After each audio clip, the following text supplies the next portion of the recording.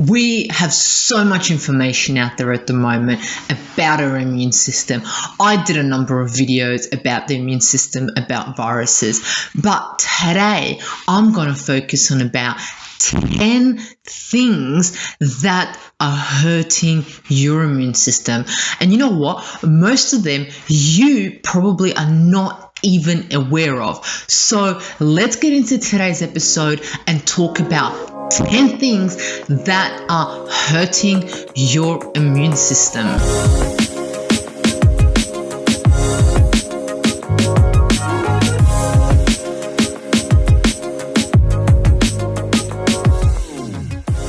It's Mondays with Mihaela. That's right, me. Thank you so much for tuning in. I'm loving and appreciating your support. Thank you so much. For any of you who don't know me, I'm Mihaela. I'm a qualified naturopath and I'm passionate about all things health, business, and overall success. And in this channel, I'm here to provide you simple, savvy, and sustainable health hacks to optimize your health.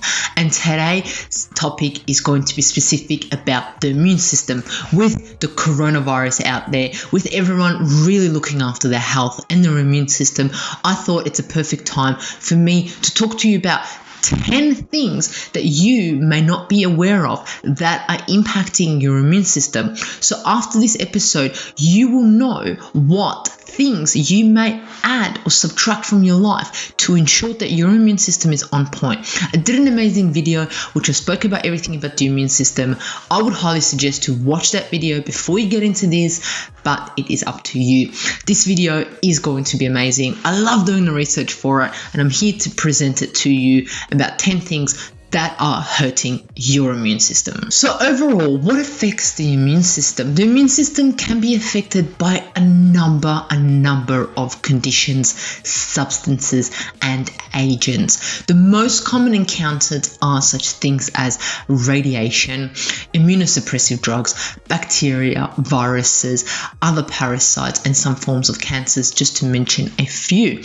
There are a number of hereditary syndromes of immune deficiency also which need to be addressed. Occasionally, immune system deficiencies result from other environmental causes. Stress, for example, so stress such as from loud noises. Some individuals get loud noises, electric shocks, infant mother separation, which we're seeing a fair bit of, which is actually quite saddening.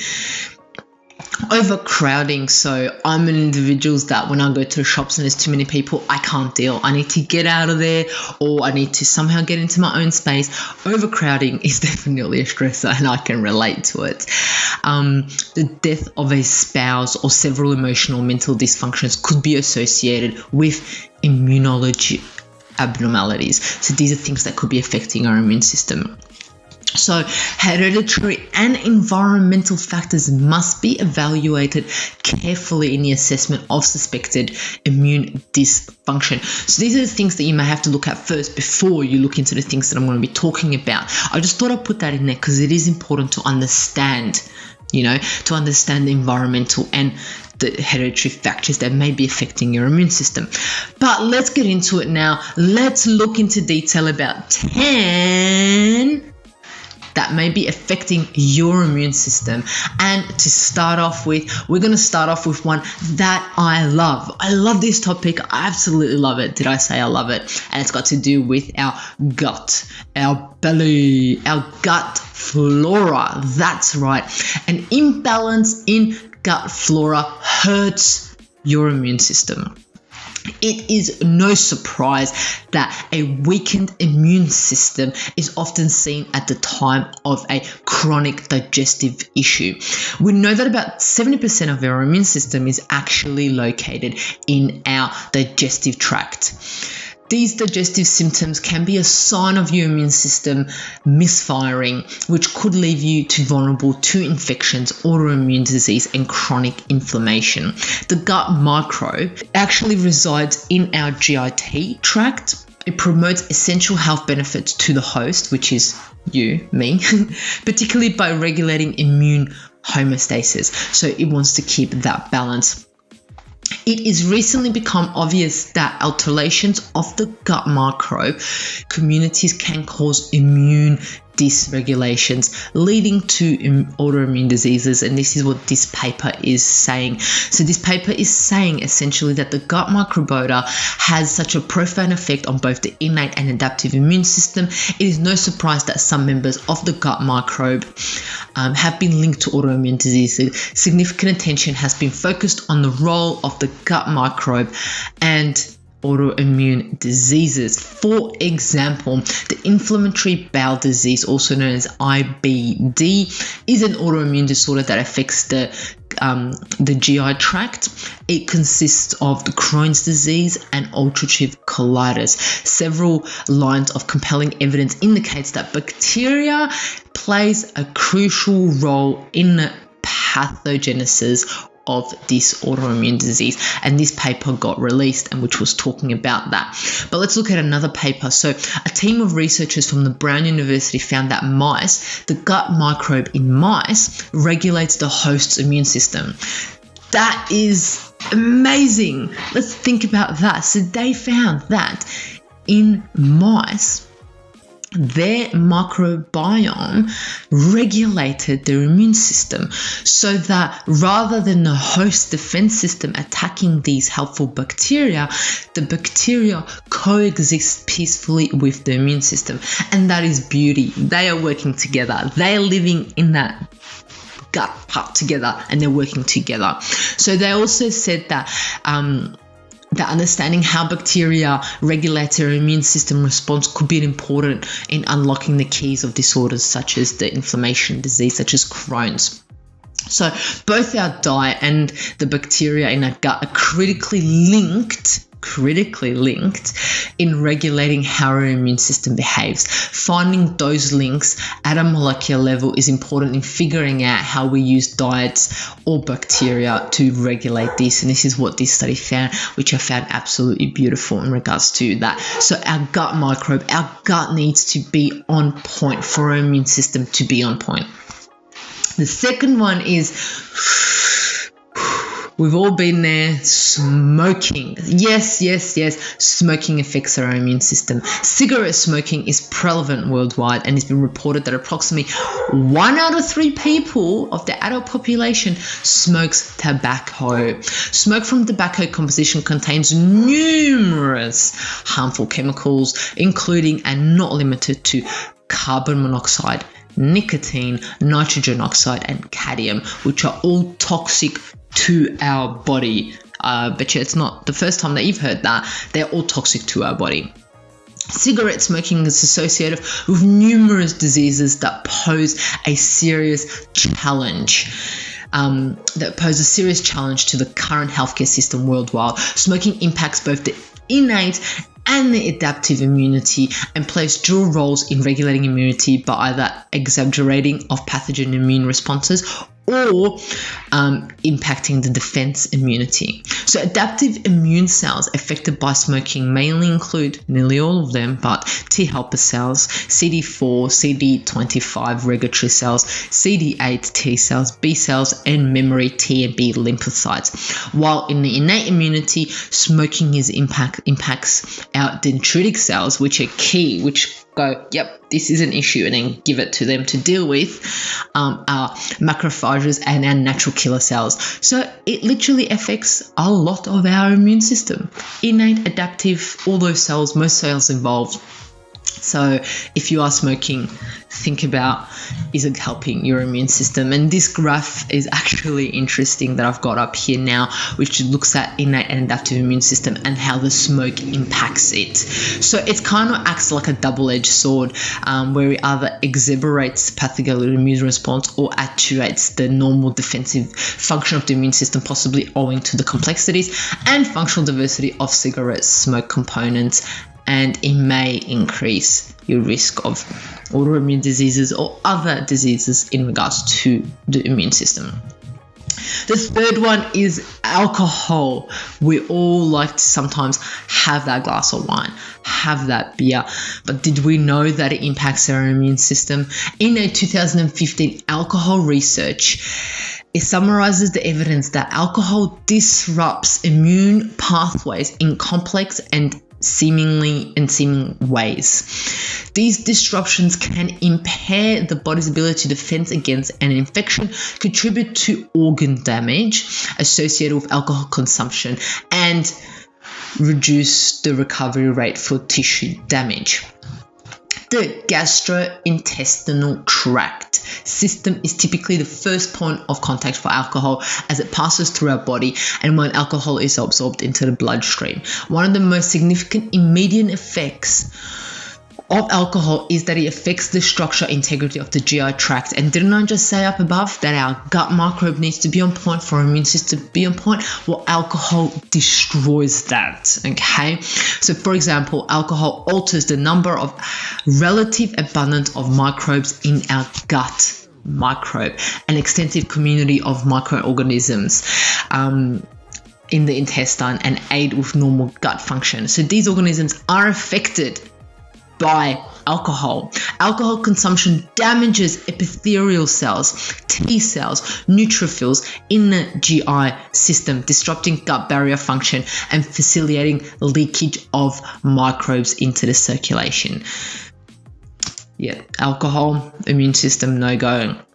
It does not have your alcohol. This study, which was really interesting, it mentions that alcohol consumption does not have to be chronic to have a negative health consequence. In fact, researchers show that acute binge drinking also affects your immune system. So I don't know about you, but I remember like back in the days, when I used to have a few binges, the next day I felt sick, but not only hangover, like immune system sick, or the week after I would actually get the flu or get sick. And now this makes sense, right? So there's evidence in a number of psychological systems that binge alcohol intake complicates recovery from physical trauma. So it is actually a huge issue, alcohol intake, with the immune system. Number 4, which is my favorite, and I love talking about this, is stress. So we all know stress impacts our immune system because when we are stressed, our immune system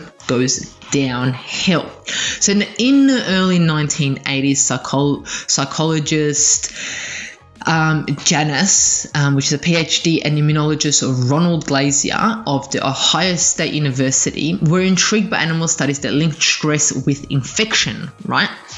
So from 1982 through 1992, which is 10 years, they researched this. So among other things, they found that students' immunity went down every year under the simple stress of the 3-year day exam. So these test takers had fewer natural killer cells, which fight tumors and viral infections, that almost stopped producing immune-boosting gamma interferon and infection-fighting T cells, responds only weekly to test tube stimulation. So they found out that these students are stressed about an exam, their immune system just goes down. It's not dealing with it.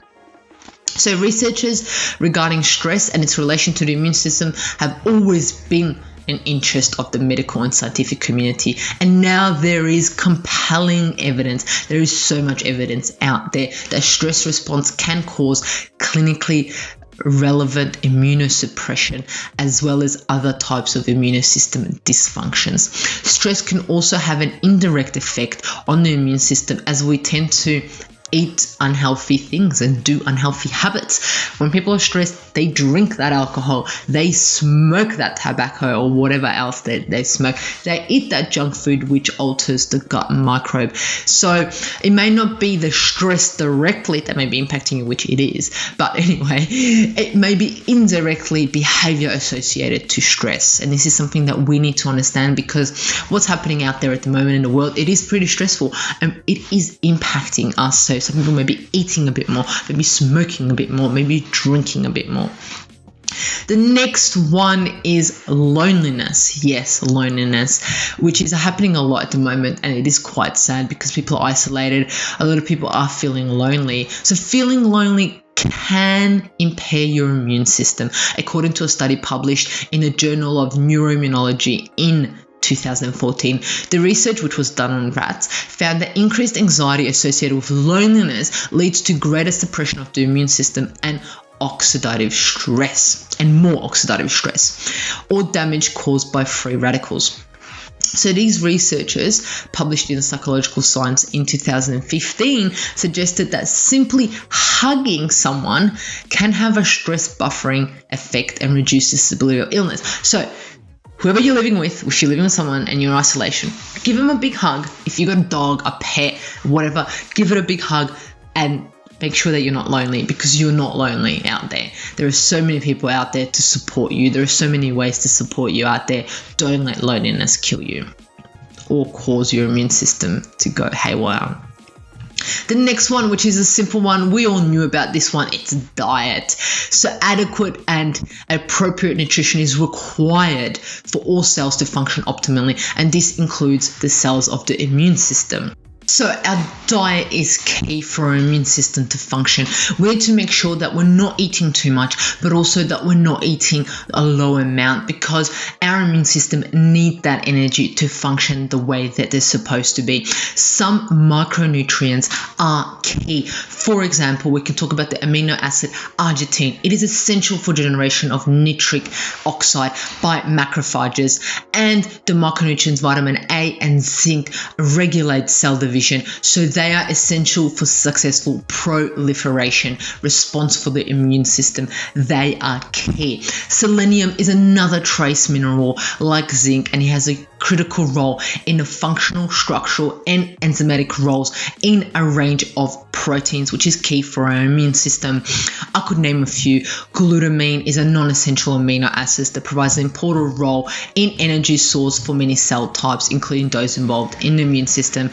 Vitamin D, we all know about that one also. So what I'm trying to say is here is make sure that your diet is on point. Make sure that you eat foods that feed your gut microbe. Make sure that you're eating foods that support your immune system, which we'll talk about later, how you'll be able to see what foods support your immune system. The next one is exercise. I love exercise. I try to do it every single day, and it is interesting. So a review looking at the compelling link between physical activity and the body's defense system in 2019 study. I looked into this and I summarized this for you. So the review summarized research discovered 4 areas of exercise immunology: acute and chronic effects of exercise in the immune system, clinical benefits of exercise immune relationship, nutritional influence of the immune response to exercise, and finally the exercise effects of immunosensors. Now, the immune system is very responsive to exercise, which is vital for us to know, which extends to the duration, reflecting the degree of psychological stress imposed by workload. So, key exercise immunology discovered since 1980s there's so many research out there for a number of years linking that exercise is beneficial. So when we're talking about acute exercise, we are talking about moderate to vigorous intensity, less than 60 minutes.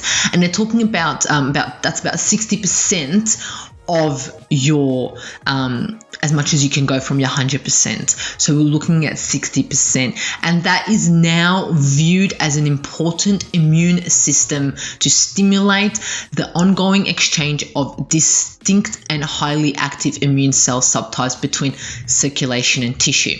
So what this is saying that in particular each exercise bout, so each exercise that you're doing improves the antipathogen activity of tissues, macrophages in parallel, and enhance recirculation of immunoglobulins, anti-inflammatory cytokines, neutrophils, natural killer cells, cytokines, T cells, and immature B cells. With nearly daily exercise, these acute changes operate through a simulation effect to enhance immune defense activity and metabolic health. That is what this study found. So acute exercise is highly beneficial for the immune system. On the other side, what this study also found out is that high exercise training workloads, competitive events, and the associated physiological, metabolic, and psychological stress are linked with immune system deregulation, inflammation, oxidative stress, muscle damage, and increases illness risk. The key is do not exercise too much. Do not exercise at all. The key is to find an acute exercise every day that assists your body, because this is going to help your immune system. The eighth one is negative emotions. We can all relate to this, and hearing the media all the time talking about negativity is not helping our immune system. So brain activity linking negative emotions to lower immune system response against disease has been relayed for the first time, and this is what this researcher says. Many previous studies have shown that emotions and stress can adversely affect our immune system, but this effect had not been directly correlated with activity in the brain. So the part of the brain that this team studied is the prefrontal cortex, also known as a PFC. And it's associated with depression. So people who had greatest activity in the right PFC when asked to dwell on a distressing episode in their life had lower antibody levels after an influenza vaccination. In contrast, those showing activity in the left PFC when recalling happy times developed high antibody activities.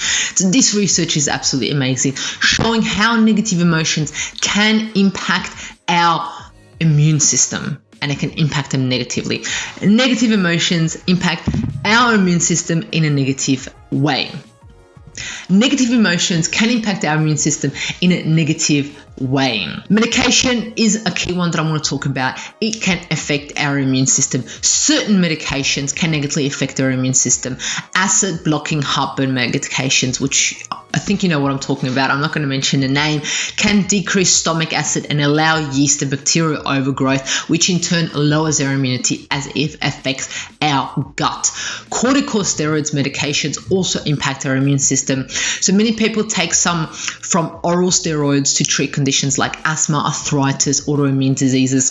But steroids decrease inflammation by reducing the chemical activity of the body's immune system. So these steroids in high concentration inhibit the production of B and T cells, which are the main components of our immune system. So please know what medications you're on. There are other ones that may be impacting your immune system. Talk to your doctor. The 10th and last one is our oral health. That's right, our oral health can impact our immune system. We are learning far more about oral health and how it affects our immune system. So without good oral health, your risk of developing serious health problems increases, such as heart disease, respiratory illnesses, and diabetes have all been linked to poor oral health. The connection is our oral bacteria. Like we have bacteria in our gut, we also have bacteria in our mouth.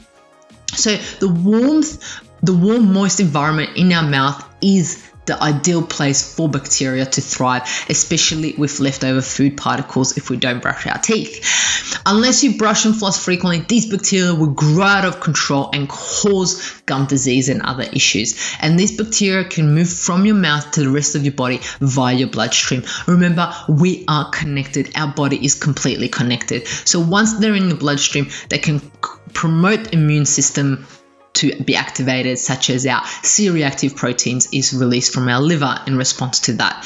This is released when there's inflammation, but it is continually released, and it can set off a chain of reaction that could lead to other health issues. So what you need to understand is that oral health is key. Oral health in our bacteria is key. So let's wrap it up. There are 10 things that can affect your immune system. Thank you so much for listening. Thank you for this episode. I love recording it. And the one thing that I wanted to put together for you is, now these things can hurt your immune system. What can you do? What can you put in place that your immune system is on point? Well, I put together a guide, 50 pages for you for free to download in the link below if you're on YouTube.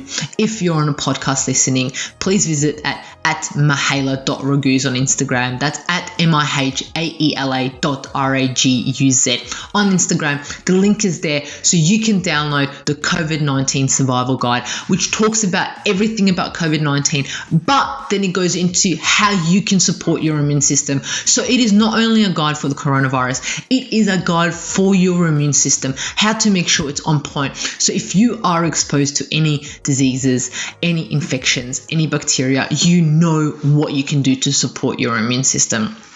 There you have it. The episode is over. It is finished. Thank you so much for listening to me. I love and appreciate your support. Share this episode with someone that you know is doing one of these things like smoking, drinking, not eating enough, eating too much, is lonely, is stressed, has bad oral health, so forth, and they'll be able to make a link with their immune system. Help someone survive. Let's do it. Share it. Do what you do best. Love, like, share, rate, subscribe. Thank you so much. I love and appreciate support like always. Till next Monday. Love you.